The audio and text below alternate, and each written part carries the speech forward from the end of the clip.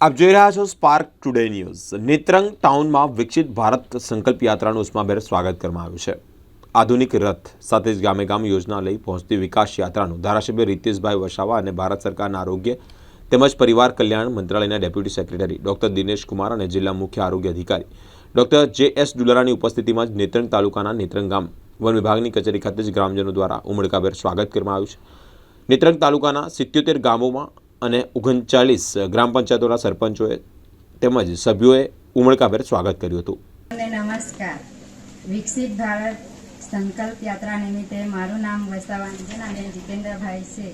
તાલુકા નેત્રંગના રહેવાસી છું। હું છેલ્લા 3 વર્ષથી મિશન મંગલમ યોજના સાથે જોડાયેલ છું। આજે મેરી કહાની મેરી જુબાની આપની સામે રજૂ કરીશ।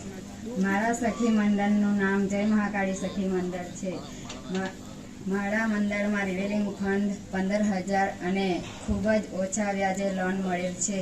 તેમજ ગ્રામ સંગઠનમાંથી 1.5 લાખ રૂપિયા પણ મળેલ છે, જેના દ્વારા અમે સીવણ કામનો ગૃહ ઉદ્યોગ ચાલુ કર્યો છે, જેથી અમારી પરિસ્થિતિમાં ઘણો સુધારો થયો છે।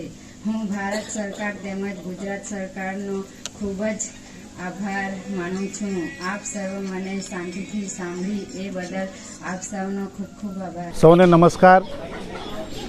વિકસિત ભારત સંકલ્પ યાત્રા 30/11/2023થી નેત્રંગ તાલુકાની જે 39 ગ્રામ પંચાયતો છે એનામાંથી 37 ગ્રામ પંચાયતોમાં વિકસિત ભારત સંકલ્પ યાત્રાનો ખૂબ સફળતાપૂર્વક ગ્રામજનોનો આવકાર મળ્યો છે।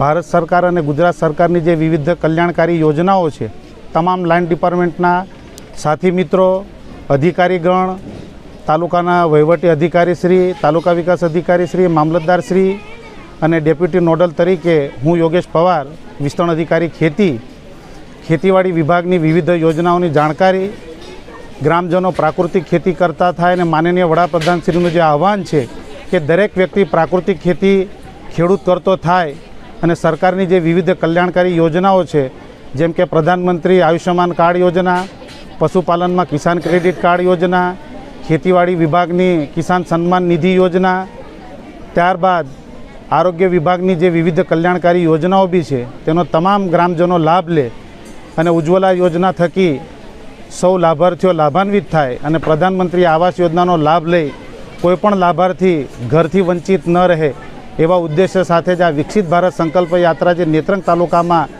39 ગ્રામ પંચાયતોમાં જ્યારે થઈ રહી હોય તો સર્વે ગ્રામજનોનો ખૂબ આવકાર મળી રહ્યો છે। સ્થાનિક પદાધિકારીશ્રીઓ, તાલુકા પંચાયતના પ્રમુખશ્રી, ઉપપ્રમુખશ્રી, કારોબારી અધ્યક્ષશ્રી તેમજ જિલ્લા પંચાયતના સદસ્યશ્રીઓ, બાંધકામ સમિતિના ચેરમેનશ્રી અને મુખ્ય ભૂમિકા ભજવતા એવા માનનીય નેત્રંગ અને ઝઘડિયા અને વાલિયાના મત વિસ્તારના ધારાસભ્ય શ્રી રીતેશભાઈ વસાવા સાહેબ તેમજ આપણા લોકલાડીલા સાંસદ સભ્ય શ્રી મનસુખભાઈ વસાવાજી, તેઓએ પણ સૌ ગ્રામજનોને પ્રોત્સાહિત કર્યા અને આપણા લોકલાડીલા ધારાસભ્યશ્રી અને સાંસદ સભ્યશ્રી બંનેઓએ નેત્રંગ તાલુકાના અલગ અલગ ગ્રામ પંચાયતોમાં આવીને ગ્રામજનોને સરકારશ્રીની જે વિવિધ કલ્યાણકારી યોજનાઓ છે એની માહિતી, જાણકારી અને એમને તમામને લાભ મળે એવું પ્રોત્સાહન પૂરું પાડેલ હોય તો અમને એમનો પણ ખૂબ સહકાર મળ્યો છે અને ભવિષ્યમાં પણ આપણા નેત્રંગ તાલુકાને આ વિકસિત ભારત સંકલ્પ યાત્રા થકી તમામ યોજનાકીય લાભો મળે અને લોકોના જીવનમાં કંઈ આમૂલ પરિવર્તન આવે એવો માનનીય વડાપ્રધાનશ્રીનો જે આ સંકલ્પ યાત્રા આપણા નેત્રંગ તાલુકામાં આજ રોજ નેત્રંગ ગામે જે આવેલ હોય તેનો સૌ ગ્રામજનો ખૂબ મોટી સંખ્યામાં આવકાર આપી રહી હોય તો આપણે સૌ એને અભિવાદિત કરીએ અને સરકારની કલ્યાણકારી યોજનાઓનો લાભ લાભાર્થી સુધીથી પહોંચાડવાનો અમે 100% પ્રયત્ન કરીશું। જય હિન્દ, જય ભારત, ભારત માતા કી જય।